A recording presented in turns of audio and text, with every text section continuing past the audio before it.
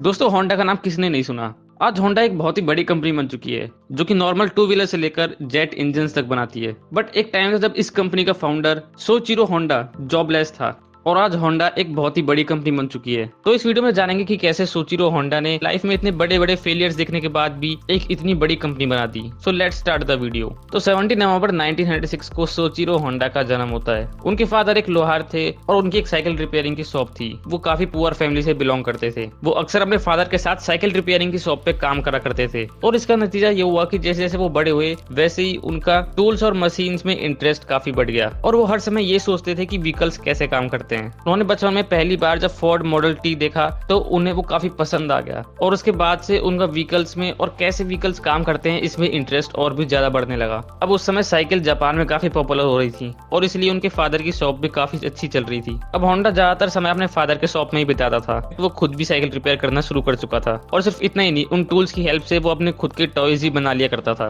वो cycle repairing के काम में तो काफी बेहतर बनता जा रहा था, पर वहीं दूसरी तरफ देखा जाए तो एकेडमिक में वो बिल्कुल भी अच्छा नहीं था। पर पढ़ाई में इतना बेकार होने के बाद भी उनके फादर उन्हें इतना कुछ नहीं कहते थे। इसका रीजन ये था कि उनका मशीनरी और इंजीनियरिंग में काफी ज्यादा इंटरेस्ट था और सोचिरो होंडा लगातार स्किल सीख रहे थे साइकिल रिपेयरिंग की शॉप पे। उनके फादर ने उनकी यही डिटर्मिनेशन देखी और उनको सपोर्ट किया। 1922 में जब वो अपना स्कूल पास कर लेते हैं तो वो न्यूज़पेपर में एक एड देखते हैं जो कि था आर्ट सोकाई कंपनी का और वहाँ पे उनको रिपेयर शॉप में एक असिस्टेंट की जरूरत होती है। 15 साल की उम्र में वो अपना घर छोड़ के टोक्यो में चले जाते हैं जॉब लेने के लिए। पर वहाँ पे जाने के बाद उन पे काफी मेहनत बढ़ जाती है। वो ये सोचकर गए थे कि उनसे वहाँ पे मैकेनिक की तरह एक काम कराया जाएगा, पर वहाँ पे उसके बजाय उनसे सफाई का काम, खाने पकाने का काम और ये सब चीजें करवाई जा रही थी। वहाँ पे उनको मेहनत बहुत ज्यादा करनी पड़ रही थी और आराम उनको बहुत कम मिल रहा था। अब होता कुछ यूं है कि टोक्यो में एक भूकंप आता है जिसकी वजह से काफी डिस्ट्रक्शन भी होती है और काफी सारे जो मैकेनिक होते हैं वो अपने घर वापस चले जाते हैं। अब ऐसे में आर्ट सोकाई कंपनी को और मैकेनिक्स की जरूरत थी और होंडा को भी मैकेनिक का काम काफी अच्छे से आता था, तो होंडा को ही वो एक मैकेनिक बना देते हैं। अब होंडा काफी मेहनत करता है और उस कंपनी में एज अ मैकेनिक परमानेंट हो जाता है। होंडा को कार्स और मोटरसाइकिल्स रिपेयर करना काफी अच्छा लगता था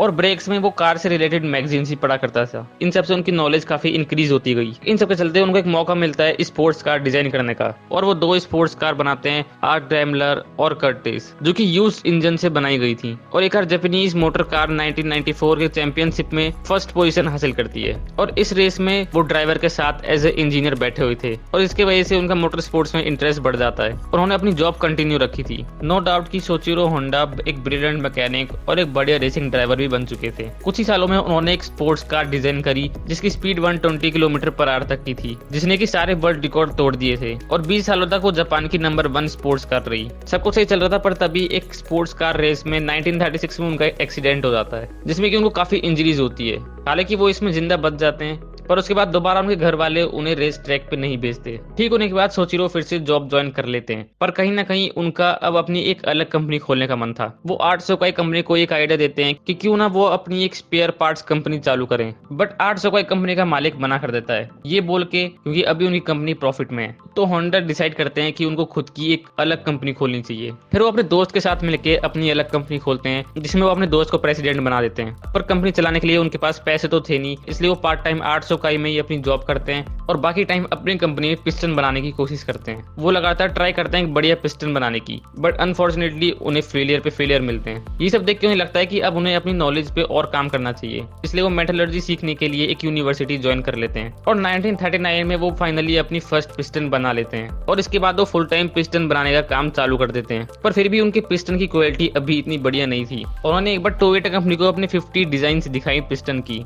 जिसमें से टोयोटा ने बस 3 ही सिलेक्ट करे, जो कि उनकी कंपनी के लिए काफी बेकार बात थी। और ये सब देख के होंडा ने सीखना और चालू करा और मेहनत करी और अपने पिस्टन की क्वालिटी और इंप्रूव करी और इसका रिजल्ट ये हुआ कि कुछ ही टाइम में उनको काफी सारे ऑर्डर्स आने लग गए। देखते ही देखते उन्होंने अपनी कंपनी में 2000 वर्कर्स भी हायर कर लिए। सब कुछ फिर से नॉर्मल चल रहा था, लेकिन 1942 में जापान वर्ल्ड वॉर में कूद जाता है और 1944 में एक एयर रेड में एक बॉम्ब सीधा उनके एक प्लांट पे आ गिरता है, जिससे उनका पूरा प्लांट खत्म हो जाता है। और 1945 में भी आपको पता है 2 न्यूक्लियर अटैक्स हुए थे, जिसके वजह से पूरे जापान में क्राइसिस आ जाते हैं, हर चीज के दाम बढ़ जाते हैं और जापान की हालत काफी बुरी हो जाती है। और इन सबके चक्कर में उन्हें टोयोटा को अपनी ये कंपनी बेचनी पड़ती है और वो एक बार फिर से जॉबलेस हो जाते हैं। उसके बाद उन्हें सरकार का काम मिलता था जिसमें एक इंजन हुआ करती थी रेडियो चलाने के लिए। तभी सोचिरो होंडा के दिमाग में फिर एक आइडिया आता है, जिसमें वो सोचते हैं कि क्यों ना इस इंजन को एक साइकिल में लगा दी जाए, जिससे कि सबके लिए वो सस्ती भी पड़ेगी और वो ट्रेवल भी ज्यादा तेजी से कर पाएंगे। और यहीं से शुरुआत हो जाती है उनकी टू व्हीलर के सेक्टर में उतरने की, और उनकी इस टाइप की साइकिल काफी पॉपुलर हो जाती है। 3 साल में वो सुपर कब नाम की एक मोटरसाइकिल लॉन्च करते हैं, जो कि काफी पॉपुलर हो जाती है। इनफैक्ट सिर्फ जापान में नहीं बल्कि विदेशों में भी वो काफी पॉपुलर हो जाती है। और इस टाइम उनकी एक कंपनी होंडा बन चुकी थी, और इन सब मोटरसाइकिल्स पे एक लोगो हुआ करता था, और वो हुआ करता था होंडा का। यानी कि अब ऑफिशियली होंडा की शुरुआत हो चुकी थी। अपने स्पोर्ट्स के शौक के चलते होंडा एक स्पोर्ट्स बाइक भी लॉन्च करता है। अब स्पोर्ट्स बाइक के मार्केटिंग के लिए सबसे बढ़िया तरीका यही होता है कि किसी भी बड़ी स्पोर्ट्स रेस में वो बाइक नंबर 1 पोजीशन हासिल करे। तो ऐसे में वो काफी रिसर्च और वर्क करके अपनी स्पोर्ट्स बाइक बनाते हैं, जो कि 1962 में इंटरनेशनल रेसिंग कंपटीशन में फर्स्ट पोजीशन हासिल करती है। बस फिर क्या, वो काफी पॉपुलर होते जाते हैं और काफी तेजी से उनकी टू व्हीलर्स मार्केट में ग्रोथ होती है। अब उनकी एज 62 ईयर्स की हो चुकी थी, पर उनका एक सपना अभी भी अधूरा रह गया था, और वो था कार मैन्युफैक्चरिंग का। उसके बाद वो अपनी कार मैन्युफैक्चरिंग भी चालू कर देते हैं। हालांकि काफी लोगों ने उन्हें मना करा था कि उनका सब कुछ सही चल रहा है, कंपनी अभी प्रॉफिट में भी है, और टोयोटा और निसान जैसे कार मैन्युफैक्चरिंग कंपनी ने ऑलरेडी जापान का मार्केट शेयर घेर रखा था। पर फिर भी सोचिरो होंडा किसी की नहीं सुनते और कार मैन्युफैक्चरिंग भी चालू कर देते हैं। ऐसे में वो सबसे पहले अपना पिकअप लॉन्च करते हैं, जो कि बिल्कुल भी नहीं चलता। फिर वो एक अपनी स्पोर्ट्स कार भी लॉन्च करते हैं, जिसकी भी काफी कम यूनिट सेल हुई थी। पर फाइनली 1972 में वो होंडा सिविक नाम की एक कार लॉन्च करते हैं, जो कि काफी पॉपुलर हो जाती है। इनफैक्ट होंडा सिविक के नए मॉडल्स तो आज भी काफी चल रहे हैं। दोस्तों उस वक्त होंडा बस जापान में 3rd लार्जेस्ट कंपनी हुआ करती थी, और आज ये कंपनी पूरे वर्ल्ड में 3rd लार्जेस्ट है। तो ये था सोचिरो होंडा की जीरो से हीरो बनने तक का सफर। तो ऐसे सोचिरो होंडा ने काफी फेलियर के बावजूद भी आज इतनी बड़ी कंपनी बना दी। आई होप आपको ये वीडियो पसंद आई होगी। वीडियो को लाइक करें और चैनल को सब्सक्राइब करें ऐसी वीडियोस देखते रहने के लिए। मिलते हैं अगली वीडियो में।